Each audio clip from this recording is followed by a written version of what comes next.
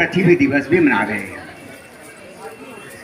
श्री शुक्ल जी पिछले 15-16 वर्षों से संजय वन में हम सभी लोगों को योग कराकर स्वस्थ और निरोगी बना रहे हैं। मैं भी पिछले 10 वर्षों से, करीब 11 वर्षों से जुड़ा हुआ हूँ।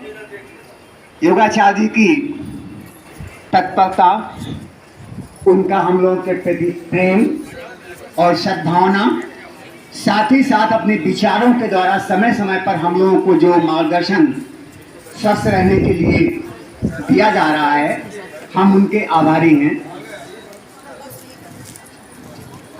श्री शुक्ला जी के बारे में हम क्या कुछ बताएं, लेकिन जो कुछ घटनाएं हमारे सामने घटी हैं, हम ये कहना चाहते हैं कि उनका ये त्याग, उनकी ये भावना जो पूर्णतया ओतप्रोत हैं। मुझे याद है कि जब हमारे योगाचार्य जी के पिताजी का देहावसान हुआ, उस दिन भी सुबह हम लोग यहाँ बैठकर योग कर रहे थे। 11 बजे सूचना मिली कि श्री योगाचार्य जी के पिताजी का निधन हो गया है। हम सभी लोग दौड़कर घर पे गए और वहाँ पर जो भी अंतिम संस्कार था उस कार्यक्रम में भाग लिया और अपने अपने घरों को वापस चले गए।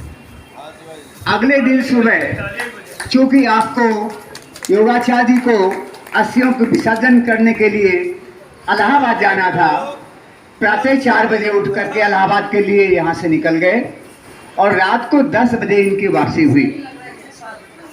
लेकिन मैंने देखा कि अगले दिन प्रातः सुबह 6 बजे आकर वो यहाँ योग पीठ पे बैठे हैं। अरे मैंने कहा योगाचार्य जी आज आप यहाँ नहीं, आप घर जाइए और हम लोग योग कर रहे हैं, कर लेंगे। बोले नहीं साहू जी, ये हमारी ड्यूटी है, ये हमारी जिम्मेदारी है और मैं पूरे मन से आया हूँ। जो घटना हुई है वो तो ईश्वर को हम शिकायत तो नहीं कर सकते, लेकिन जो कुछ भी हमसे छीना गया है, दुखी हैं, सब कुछ है, लेकिन नहीं, हम योग कराने के लिए आए हैं और हम योग कराएंगे।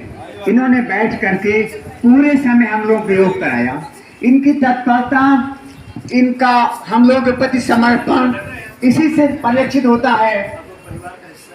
तो हम ये कहना चाहते हैं कि योगाचार्य जी ने जो हम लोगों को योग के माध्यम से देने का प्रयास किया है, ऐसा नहीं है इन्होंने अपने मन में कुछ ठाना है। आज से 15 वर्ष पूर्व जब इन्होंने योग करने का यहाँ बीड़ा उठाया था, मैं तो समझता हूँ लगातार बिना किसी अवरोध के, बिना किसी छुट्टी के, संडे, होली की परेवा, दीपावली, ये सारे ऐसे दिन होते हैं जब हम लोग बिजनेस में या सर्विस में रह करके भी घर में आराम करने की कोशिश करते हैं। लेकिन हमारे योगाचार्य जी ऐसे हैं कि इन दिनों में भी आकर के हमारे बीच हम लोगों का उत्साह वर्धन करते हैं, हम लोगों को निरोग बनाने के लिए अपने तन और मन और हर तरीके से हम लोगों को स्वस्थ बनाने के लिए अग्रसर हैं।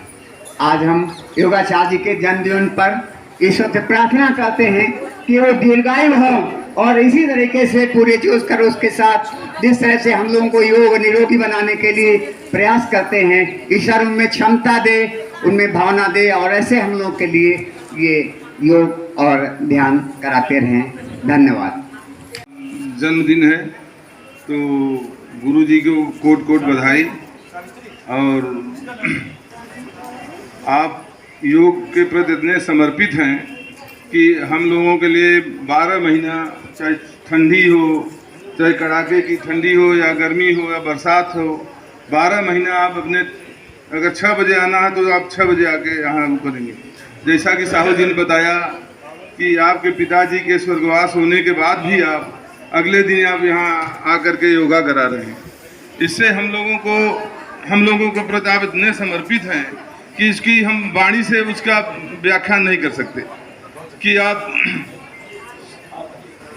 चाहे बरसात हो, ठंडी हो या गर्मी हो, 12 महीने आप आ रहे हैं और वैज्ञानिक दृष्टिकोण से, आध्यात्मिक रूप से, हर ढंग से आप योगा करा रहे हैं। अच्छा माने आप हम लोगों को योगा कराते हैं।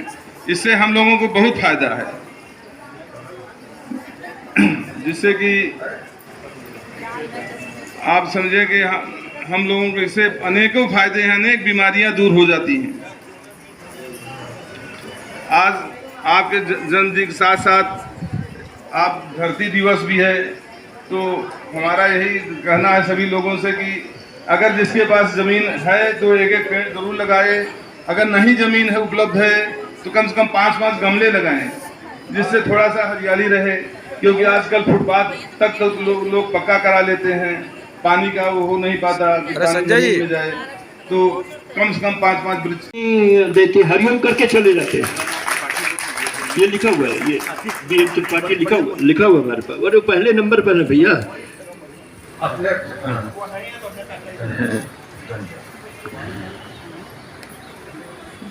हम लोग कुछ भी नहीं करते हैं, हरिओम करते हैं।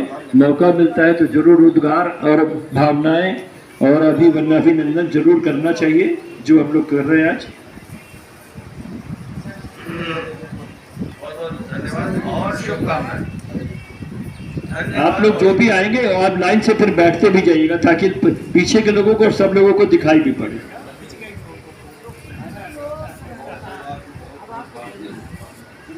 आइए अवस्थी जी आइए, बाकी लोग बैठ जाइए, हम भी जा रहे हैं।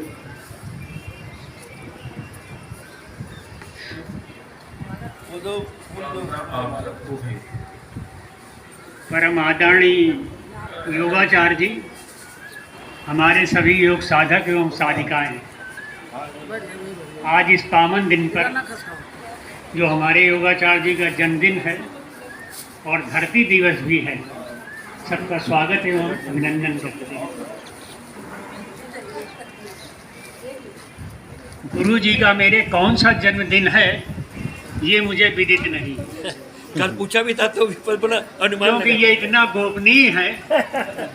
मैंने बड़ा प्रयास किया कि मुझे जानकारी मिल जाए कि कौन सा है, एक एक करके लेकिन ये आएंगे पता नहीं चल पाया। जैसे खूबसूरत महिलाएं अपनी जन्मदिन छिपाती हैं, मेरे गुरु जी उसको वैसे ही गोपनीय रखे हुए हैं।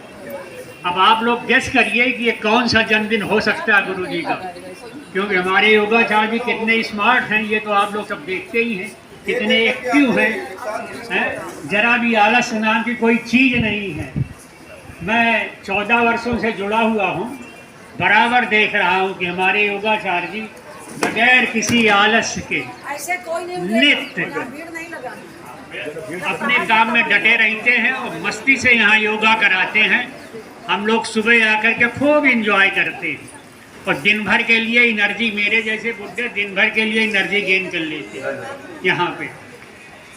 गुरु जी हमारे दीर्घायु हों, यही मेरा आशीर्वाद और शुभकामनाएं हैं। योगाचार्य श्री विनोद शुक्ल जी को उनके जन्मदिन के अवसर पर हृदय की अंतरतम गहराइयों से शुभाशीष, आशीर्वाद और ईश्वर से जीवित शरदम शतम की प्रार्थना। हमारे जीवन में योग का कितना महत्व है, विनोद जी का कितना महत्व है, कितना उनका समर्पण है, इसके लिए हमारे पूर्व वक्ताओं ने काफ़ी कुछ व्याख्यान दिए हैं और मैं नहीं समझता कि उनको रिपीट करने की आवश्यकता है। जो भी समझदार है उसको इशारा काफ़ी होता है और बेवकूफ़ को ठोक ठोक के भी सही करो तो सही नहीं होता। हकीकत ये है, वास्तविकता ये है कि हमको हमारी ज़रूरत यहाँ खींच के लाती है।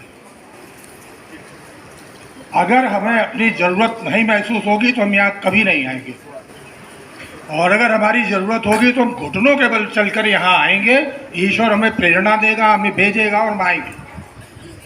3 साल कोरोना काल में मेरे सारे बाहरी प्रोग्राम बंद थे, सेवानिवृत्त था, घर में पड़ा पड़ा सड़ रहा था, हाथ पैर घुटने सब ऐंठ रहे थे। अचानक याद आई कि मैं 15 साल पहले जिस योग शिविर में जाता था पुनः वहाँ जाऊँ, अगर वो हों तो मैं योग करूँ। और यहाँ जब आया तो रास्ते में ही आचार्य विनोद शुक्ल जी हमें मिल गए और हमें लगा कि जैसे हमें कोई पुरानी संजीवनी बूटी जो खो गई थी वो मिल गई।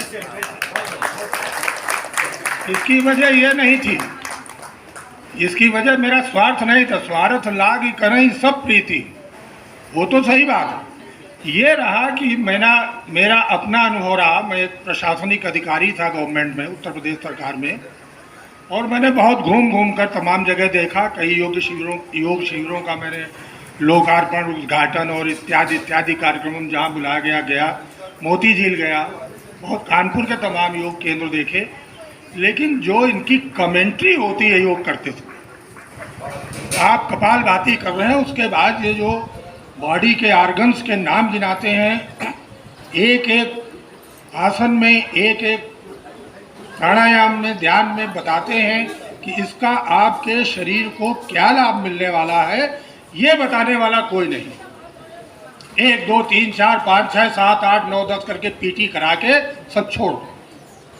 आज मैं उधर से घुसा तो मैंने देखा एक कोई सुंदरी कन्या योग करा रही है जो बाहर बैठी थी। मैं कमेंट नहीं करूंगा, लेकिन मैं इतना